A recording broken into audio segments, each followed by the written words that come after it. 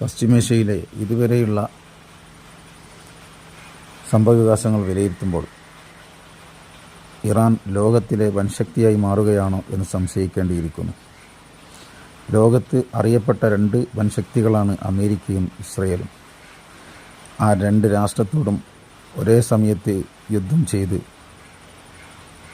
ഇപ്പോൾ ഇസ്രായേലിൻ്റെ അകത്തളങ്ങൾ തീജ്വാലകളാൽ നിറഞ്ഞിരിക്കുകയാണ്.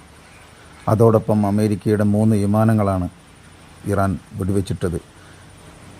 2 ഹെലികോപ്റ്ററുകൾ വെടിയേറ്റ് കേടുപാടുകൾക്ക് വിധേയമായി. അതിൽ ഏതാനും അമേരിക്കൻ സൈനികർക്ക് പരിക്കേൽക്കുകയും ചെയ്തിരിക്കുന്നു. ഇപ്പോൾ 24 മണിക്കൂർ വെടിനിർത്തലിന് വേണ്ടി അമേരിക്ക യാചിക്കുകയാണ്. പക്ഷേ ഇറാൻ വിട്ടുകൊടുക്കില്ല. ഇനിയുള്ള നാളുകൾ എന്ത് സംഭവിക്കുമെന്നതിലേക്കുള്ള സൂചനയാണിത്.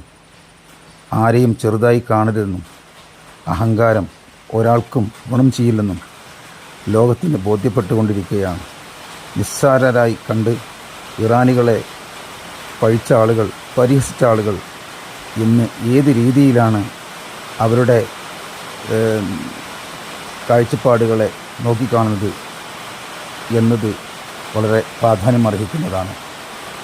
ഏതായിരുന്നാലും യുദ്ധം എത്രയും പെട്ടെന്ന് അവസാനിക്കട്ടെ. ലോക ജനത അനുഭവിക്കുന്ന പ്രയാസങ്ങൾ ദൂരീകരിക്കപ്പെടട്ടെ. അതോടൊപ്പം അഹങ്കാരികളായ ഭരണാധികാരികൾ